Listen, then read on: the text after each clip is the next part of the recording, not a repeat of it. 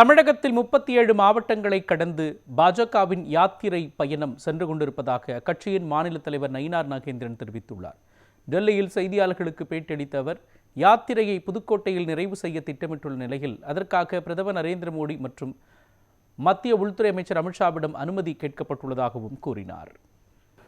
தமிழகத்தை பொறுத்தமட்டிலும் இப்பொழுது நான் எல்லா மாவட்டங்களுக்கும், எல்லா மாவட்டத்தினுடைய தலைநகர பகுதிகளுக்கும், கிராமங்களுக்கும் சென்று கிராமத்தில் உள்ள குறைகளை கேட்டும், இரவு நேரங்களில் பொதுக்கூட்டம் நடத்தியும், தமிழகத்தினுடைய எங்களது 67 கட்சி மாவட்டங்களில் 37 மாவட்டங்களை தாண்டி எல்லா இடங்களிலும் ஊர்வலாக யாத்திரை சென்று கொண்டிருக்கிறோம்.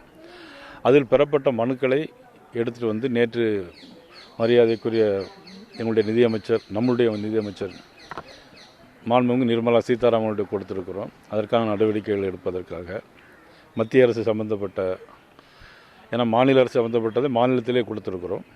மத்திய அரசு சம்பந்தப்பட்ட ரயில்வே மற்றும் போஸ்ட் ஆஃபீஸ், மத்திய அரசு சம்பந்தப்பட்ட துறைகளுக்கு உள்ளதை மாண்புமிகு நிதியமைச்சர் அவர்களிடம் கொடுத்திருக்கிறோம்.